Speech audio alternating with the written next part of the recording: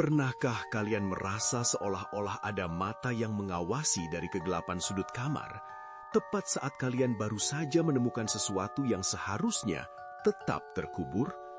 Rina, seorang mahasiswi berusia 20 tahun, tidak pernah percaya pada tahayul. Baginya, logika adalah segalanya. Namun logika itu hancur berkeping-keping saat ia menginjakan kaki di rumah peninggalan nenek buyutnya di pinggiran sebuah desa terpencil di Jawa Tengah. Rumah itu tua, dengan kayu jati yang sudah menghitam dan aroma lembab tanah yang bercampur dengan wangi bunga kamboja kering dari pemakaman desa yang hanya berjarak selemparan batu. Sore itu, hujan turun dengan derasnya, menciptakan irama monoton yang memekakan telinga di atas atap seng. Rina sedang membersihkan gudang bawah tanah yang pengap ketika ujung jemarinya menyentuh sesuatu yang dingin di balik tumpukan kain kafan tua yang entah mengapa disimpan di sana. Itu adalah sebuah kotak kayu kecil, tanpa ukiran namun terasa sangat berat. Di dalamnya melingkar sebuah cincin emas. Emasnya kusam, tidak berkilau seperti perhiasan di toko modern, dan di tengahnya tertanam sebuah batu merah delima yang tampak seperti mata yang sedang meradang. Tanpa pikir panjang, Rina mencoba mengenakan cincin itu di jari manisnya. Pas, terlalu pas, seolah-olah cincin itu memang ditempa khusus untuk jemarinya. Namun, tepat saat lingkaran logam itu menyentuh kulitnya, suhu di gudang itu turun drastis. Rina bisa melihat napasnya sendiri menguap di udara yang mendadak membeku. Apakah kalian tahu rasanya ketika bulu kuduk berdiri bukan karena dingin, tapi karena sensasi ada sesuatu yang tak terlihat sedang bernapas di tengkuk kalian? Malam pertama berlalu dengan kegelisahan yang aneh.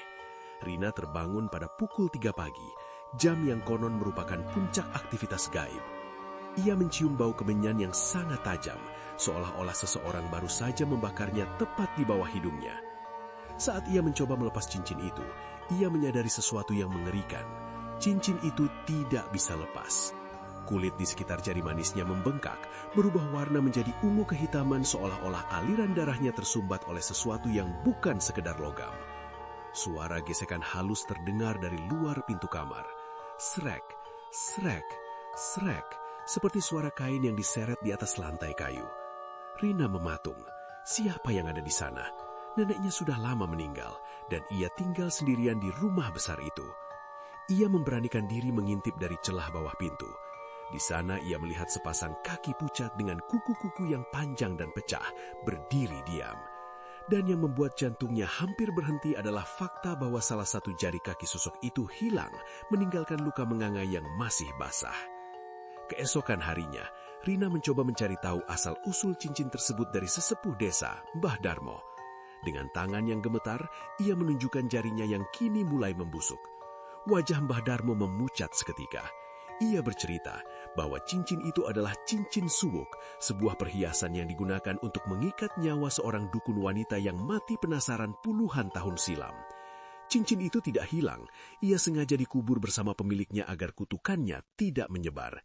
Namun puluhan tahun lalu, makam itu dibongkar oleh pencuri makam, dan cincin itu berpindah-pindah tangan membawa petaka bagi siapapun yang memakainya. Nduk, cincin itu bukan perhiasan, itu adalah janji, bisik Mbah Darmo dengan suara parau. Siapapun yang memakainya, ia telah setuju untuk menjadi wadah bagi pemilik aslinya. Dia akan mengambil kembali apa yang menjadi haknya, inci demi inci. Rina pulang dengan perasaan hancur. Ia mencoba memotong jarinya sendiri dengan pisau dapur karena rasa sakit yang tak tertahankan. Namun setiap kali mata pisau menyentuh kulitnya, ia mendengar suara tawa melengkik dari sudut ruangan. Suara itu bukan suara manusia, itu adalah suara yang terdengar seperti gesekan tulang yang patah. Malam itu, teror mencapai puncaknya. Saat Rina bercermin, ia tidak lagi melihat wajahnya yang berusia 20 tahun. Di pantulan kaca, wajahnya perlahan mengelupas, menampakkan daging merah yang berulat, sementara sosok wanita dengan kebaya robek-robek berdiri tepat di belakangnya, mengelai rambutnya dengan tangan yang hanya memiliki 4 jari. Kembalikan atau berikan seluruh tubuhmu, bisik sosok itu langsung ke dalam otaknya. Kini, Rina hanya bisa duduk meringkuk di pojok kamar. Jari manisnya sudah sepenuhnya menghitam dan mulai rontok. Namun cincin itu tetap melingkar di sana. Kini tertanam jauh di dalam tulang. Bau busuk mayat memenuhi seluruh rumah, dan penduduk desa tidak lagi berani lewat di depan rumah itu. Mereka bilang pada malam-malam tertentu terdengar suara wanita muda yang menangis, memohon agar seseorang melepas cincin itu dari jarinya. Tapi tahukah kalian apa yang paling mengerikan? Setiap kali ada orang asing yang mendekati rumah itu karena penasaran, cincin emas itu akan berkilau sangat terang, seolah-olah mengundang korban baru untuk datang dan menggantikan posisi Rina yang kini sudah hampir habis dimakan oleh sang pemilik asli. Apakah kalian merasa jari manis kalian tiba-tiba terasa gatal? Berhati-hatilah dengan apa yang kalian temukan di tanah tua Nusantara, karena tidak semua yang berkilau itu emas. Terkadang itu adalah jerat yang menanti nyawa kalian. Ikuti terus cerita lainnya hanya di Mistik Nusa.